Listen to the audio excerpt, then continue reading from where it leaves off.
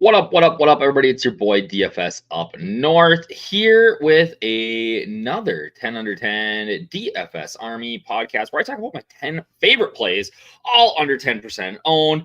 And it's time for us to hit a big winner. We've been doing pretty good this year at DFS Army, but it's been a while since we've had a million maker winner. So I'm telling you right now, week 10. Oh my goodness, weird to say. Week 10 is where it's happening. Somebody's taking down the Millie this week. If you want to use, I don't even know if Code Geek, I'm thinking, let me get my banner right here. I'm not sure Geek even works right now.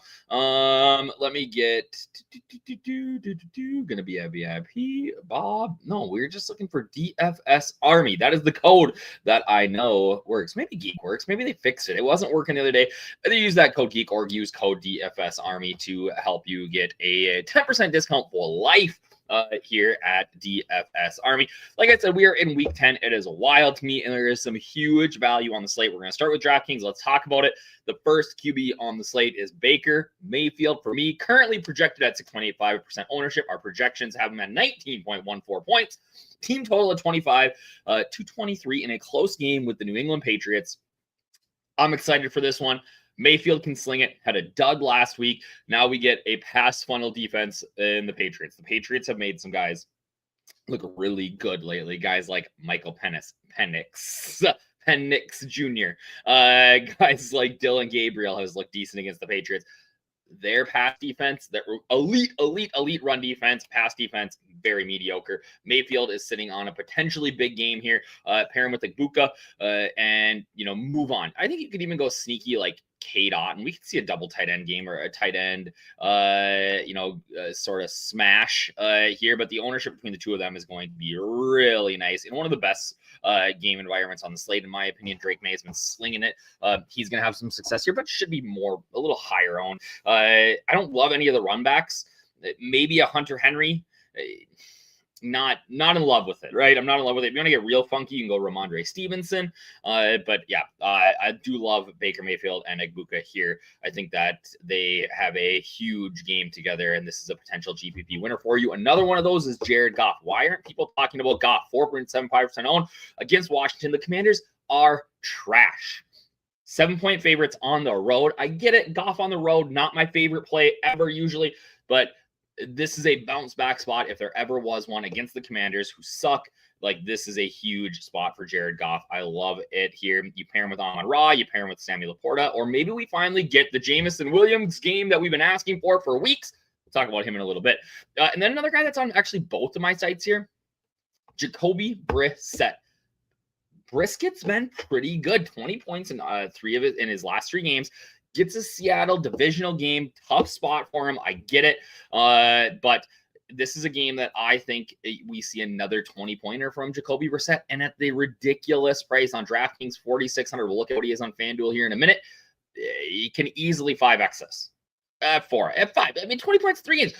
Gonna be in there. Throwing it to Marvin Harrison Jr., who I love a lot this week as well. You can go Trey McBride, bounce back after him not getting much, and Elijah Higgins getting all the touches last week, all the targets. So really like Brissett at the price. I think you probably go there in cash even maybe. I'm not a cash game guy. That's my guy Fling. If you want to know who's on our cash game cheat sheet, you gotta become a DFS Army VIP.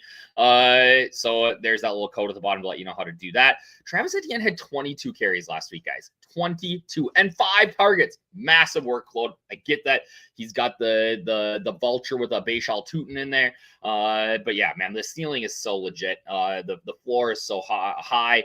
Just really high on Etienne here. I don't know why he's under 10% owned in a week where there is I'm telling you right now, hard to find guys that are under 10% owned at the running back column this week. There's just not a lot of good spots for running backs, and the ones that are getting a ton of ownership. I think that's actually one way that you can potentially get a little bit sneaky in your lineups if you're building sort of a chalkier lineup, is to go tight end, to go wide receiver in the flex. On both sites, I get it, FanDuel scary, but that ownership is so high on all these running backs that we can get some leverage on the field or just make ourselves even a little bit different in GPP to help us climb up those GPP leaderboards, is to go a wide receiver, go a tight end in the flex, right? Somebody is going to get the Rashid Shaheed targets. Now, I get that the targets are like deep balls, things like that, but I think that with the quarterback that they have in there, Tyler Shuff, I would say Shuff where I'm from, but I get that that's not how you say it. I think we're going to see more dump downs to Alvin Kamara here. This is a super thin play. You can see that 3% owner, but the projection 11.35 is not that bad. Game against Carolina, great spot for running backs.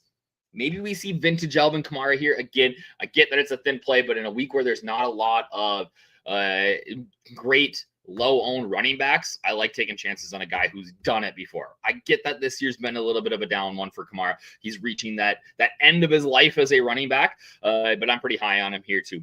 Rome Odunze at the wide receiver spot. Love Odunze this week. We saw DJ Moore smash last week. Now we get a Rome Odunze against the Giants. It takes like 2 balls for him to smash. He catches the deep ball. He's tight end, or he's a tutty guy. Love him. High-end upside. I get the floor is low, but we're playing to win GPPs here. I'm not looking to min cash, right? I am trying to win. So I don't care about the floor. I care more about the ceiling, right? Marvin Harrison Jr. feels a bit chasey. We talked about him with Brissett, but he smashed last week. I'm all in. This price point makes too much sense. Look at weird that they have the exact same projection, him and my guy Rome Odunze, but Harrison's $700 cheaper. It's not. Here's the deal. I don't think Seattle's some great pass defense. I think they're actually a pretty good run defense. But yeah, love Marvin Harrison. And then we talked about it, Jameson Williams. Like the A-dot's there. He's going to do it at some point, right? We're going to see the 2-tutty 100-yard game from him at some point. I'm going to take some chances on Jameson Williams again this week. It feels like I'm pot committed here. It feels like I'm pot committed. Talking about tight end here, I love Mason Taylor. It doesn't matter. Fields, Taylor. I don't care who's in at quarterback. Mason Taylor is going to get peppered with balls here. Browns, legit deep. Talk about them actually in a second here. But Taylor's going to get 6, 7, 8 targets. That's the way this offense operates. They're going to chuck it down to him. He's a great pass catcher. And then you throw in like the Browns pass rush that I think that they're going to be under pressure and they're going to be looking for the tight end quite a bit here. Or the running back we like on FanDuel. Juwan Johnson, though, we talked about Shaheed. He's essentially a wide receiver with a tight end game, a tight end tag.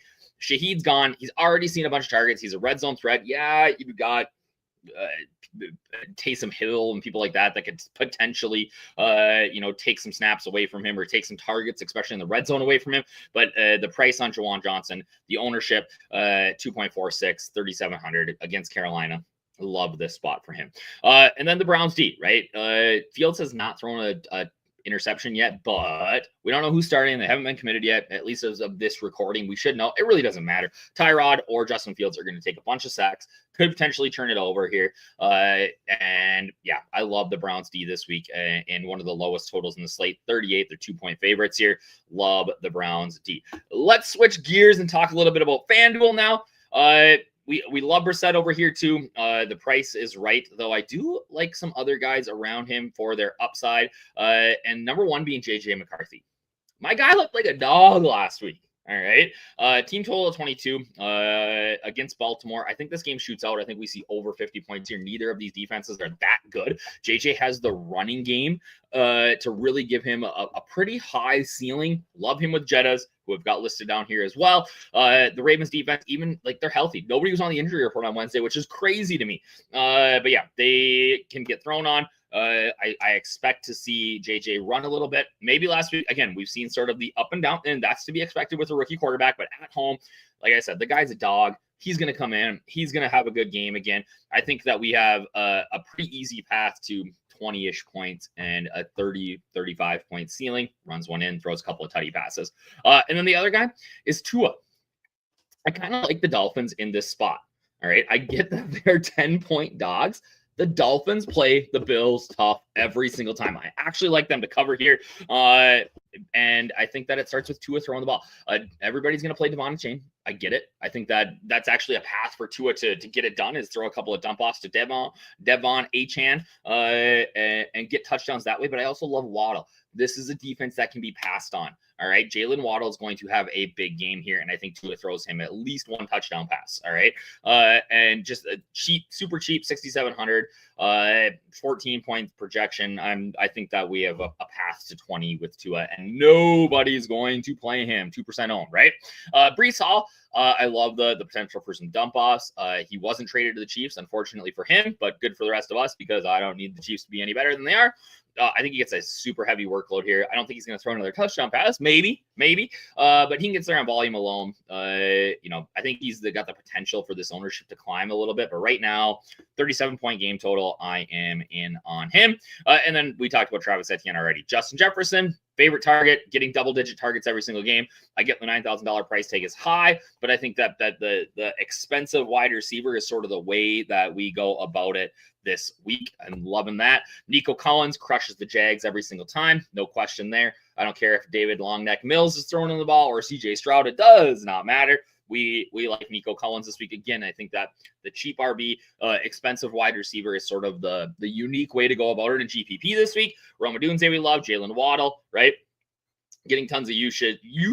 If he scores a TD and continues to even just get like his average amount of targets and receptions, he's got real potential to be in the nuts, especially on FanDuel, where his price at $7,200 I think is far too cheap.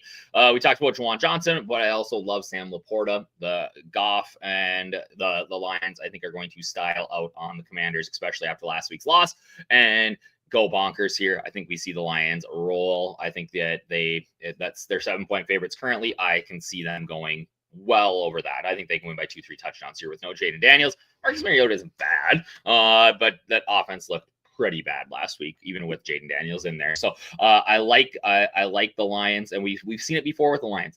They will not just run the ball, right? They are going to score. They're going to score as many times as they can, and they're just going to say, stop me, right? So a little bit of a recap here. Guys that are on both sheets, guys like Jacoby Brissett, Juwan Johnson, I'm probably higher on. Rome Odunze, right? Really like the quarterback situation honestly on both sites this week. Obviously you have your plays like Lamar and Josh Allen and Drake May. But I really like a JJ McCarthy. I really like a Tua, right? As kind of punts. I think Baker Mayfield's in a good spot here too. So don't sleep on getting different this week. It's my favorite strategy. That's what we're doing. We're taking down GPP this week. Somebody's winning the Millie Maker, and hopefully it's somebody that watches this. And if it's you, give me a shout out in the comments and say, hey, I wasn't going to play Justin Jefferson or the wide receivers, right? And I went for it, and look at me. Now I'm rich, right, baby? That I couldn't ask for anything more. All right. So have a great week, everybody. We'll chat with you soon. I'll be back with some Sunday Night Football showdown stuff. Make sure if you're a DFS Army VIP, you check out Geeks live stream tomorrow. Peace. Have a great day, everybody.